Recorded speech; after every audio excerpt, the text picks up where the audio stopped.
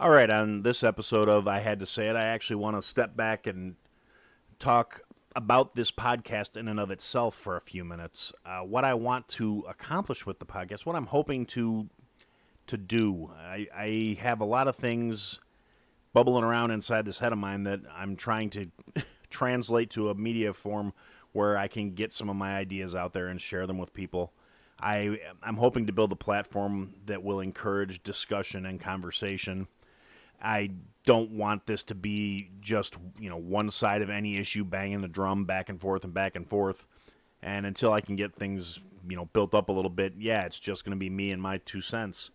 I'm always going to welcome, feedback and opinions and other people's thoughts on these things. I don't want this to be a one-sided engagement. But obviously I'm the one running it, and it's going to be my opinions and my beliefs. I do, however, I'm a firm believer in debate and discourse and facts versus feelings. Yes, we're all emotional. We're people. We're human. It happens. I get it. But at the point where I think things really started slipping is when somehow feelings became more valid than facts. All of a sudden, people were more concerned with how they felt about an issue or how they felt about a topic, and the facts be damned because they weren't relevant. And the decreased emphasis on facts made things a lot more difficult. You can't have discourse when you're only basing your conversations off of your personal feelings, because feelings are personal. They're just that. It's a completely subjective state. And it's not my place to tell someone how to feel about something any more than it's their place to tell me how to feel about things. It's ridiculous to even assume you could pull that off. No one is going to accept those sorts of terms and conditions. The problem being with that mindset of when everyone is looking at things from a personal standpoint, from a basis of feelings. Like I said, you can't really have discourse. You cannot have a discussion or a conversation. And it devolves from the potential for change and growth to people basically waiting their turn to talk, not so they can hear another opinion or another stance, simply so they can put theirs out there and then feel self-justified that they said their piece, and why isn't everyone jumping on board their bandwagon now? Because that's how they feel. That must be the most valid and most important thing. And when we got to that point, that condition, realistically, it makes emotional development actually hindered. People think, oh, well, I'm more in touch with my feelings, and I'm in touch with this, and I'm in touch with that. Yeah, but you're doing it in such a way as to inhibit or completely stop. I mean, it's either slow growth or no growth. And we need to get past that. The human thought process spent thousands of years growing and changing and evolving. And we had great thinkers once upon a time who, Renaissance thinkers, going all the way back to the Greeks and the Romans, and I'm sure even farther back than that, and philosophy lessons that are still taught 2,000 years later or more. And instead of using that mindset of reason, logic, deduction, here's why this is that, this is why that is this, here's why I think that it doesn't agree with what you think, here are the causes and factors and assumptions that back up my argument. And we've gotten away from that, and it's, I feel this way, and you're not validating me as a person if you don't agree with what I feel. If you don't tell me what I feel is okay, then you're a bad person because you are not giving me the credit I deserve. The problem with that standpoint is it's completely selfish, and I don't encourage that standpoint because it does not allow for any kind of real personal growth. I will never say that I feel a certain way about something and then refuse to hear any argument as to what I don't have firmly held beliefs in the fact that my feelings are the most important thing. There are a lot of things I don't feel real good about that are facts. It's just the way the world works. And I'm not saying we shouldn't try and change the world. I'm not saying things can't change. But you can't change them simply based on a subjective set of standards. what is massively and horribly offensive to one person may be completely banal and pointless to another. And we have gotten so hung up on the feelings that we've developed unrealistic expectations for accommodation. People get offended at things that literally, from a logical and sane standpoint, make no sense. Getting offended because a person didn't know your preferred pronoun when they have literally no basis for that pronoun to be associated in their mind. If you're not walking around with a sign hanging around your neck that my preferred pronouns are they, their, and it's, you can't get mad at the person who addresses you not knowing that. But we do. And obviously not all of us, but enough people are doing this where it is a thing. In a lot of these podcasts, I may reference things that are going around through social media and the internet because that's how we have common touch points in our society today. It's not a new concept. It's just a new medium. Inside jokes, memes go back hundreds of years. They would put them up on posters and flyers. I remember back in the late 80s, early 90s, memes used to come through on fax machines in offices. Somebody would draw up a cartoon and send it to a friend of theirs who would send it to 10 friends of theirs. And then it evolved into email, and you'd get these chain letters that would have 10,000 forwards in the address bar for a 3-panel cartoon that somebody thought was funny. And it's usually some social commentary or some political thing or just, a dirty joke. And that little touch tone would travel around the world. Now it's posted on multiple platforms of social media that are seen instantly by anywhere from 10 people to 5 million people, depending on who you are. These supposed social media influencers and celebrities who are famous for nothing other than being famous, they slap something on their social media, and generally it's not even them doing it anymore. Now it's, assistants and sidekicks, and they have software you make one post and it goes to 19 different outlets. So, they're working really hard to get their 5 million people that listen to everything they say, and it's grown so exponentially that these are the touch tones we can use to find common ground. This episode is brought to you by Shopify.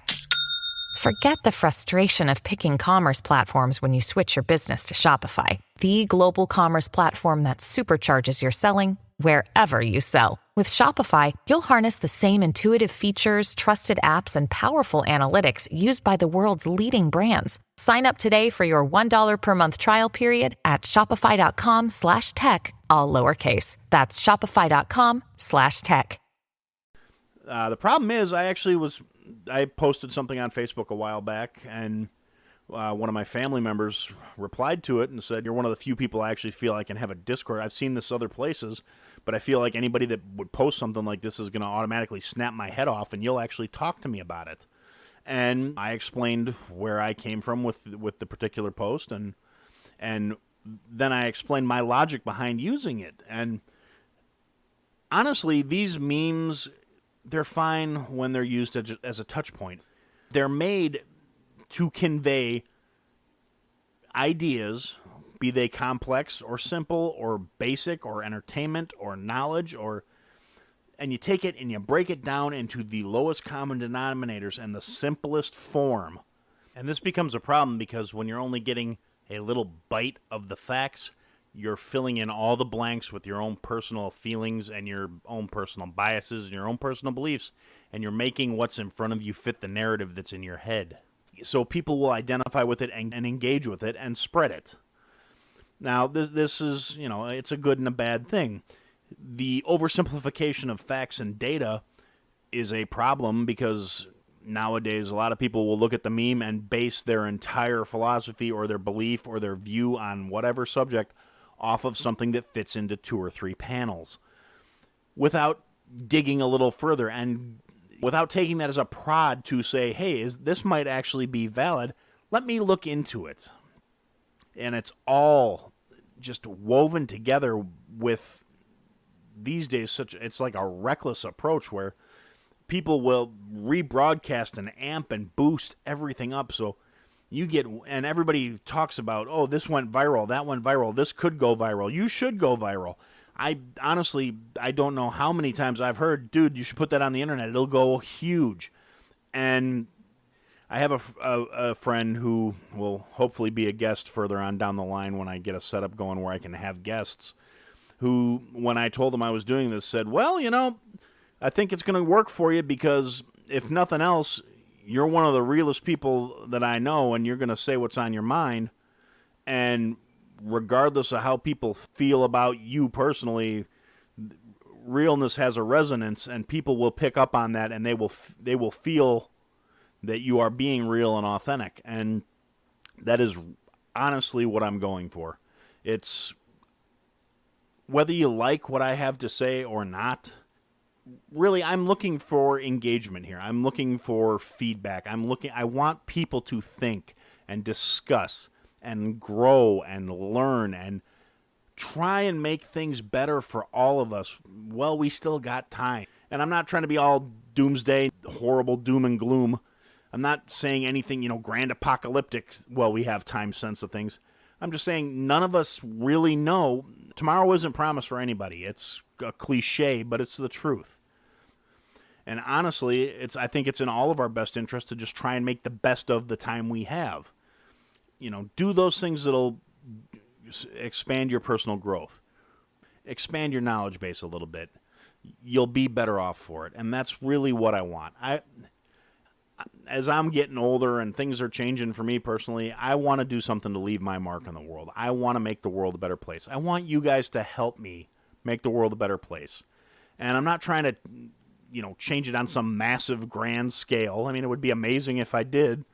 I think we'd all be, fairly happy if more people were more open-minded and more willing to embrace logic and learning and education. I think it would be great if we embraced another renaissance and where the arts were all of a sudden back to being important in terms of not getting famous and doing something because it's going to get you viral and it's going to get you lots of likes and followers and money, but doing something for the sake of making something beautiful or something new or something unique. Write the song, write the poem, paint the picture, take a picture, get a camera, get a film camera, get a digital camera. Use your phone if you see something that's out there and it's beautiful. Just, seize it and share it and spread it around. Realistically, it's the little things that are going to change the world. And I may get to sounding like a broken record and harping on these things, but it's the truth. Instead of focusing on all these things that keep tearing everybody apart. And they're out there. I'm not saying it's not. And realistically, like I said, I would love it if we could change the world. And I believe we can through embracing and learning about each other, learning about what we have in common instead of focusing on things that we are different. Because the differences really don't matter. The little crap that you have no control over should not be a factor. How you're born, what you look like, those things should not matter. And unfortunately they do. And that's what we need to change. We need to get over that. Equality, fairness, respect, those things are what we need. But everyone needs to realize those things mean everyone gets treated the same. And that's really what I'm going for here. I want everyone to feel like they can bring their opinion to the table. They can have their opinions here, and they will get the same fair shot to be heard as everyone else. Now, granted, since this is my show, my opinion will get laid over or responding to basically everything you hear. But that does not mean my opinion is the only right one, and I'm more than willing to talk about any of that. And realistically, that's what I want from this, and I hope that's what you guys want too. And with that being said, we'll be going back to rants and raves and political discourse and everything else that I feel like spouting off about. But for now, that's what I had to say.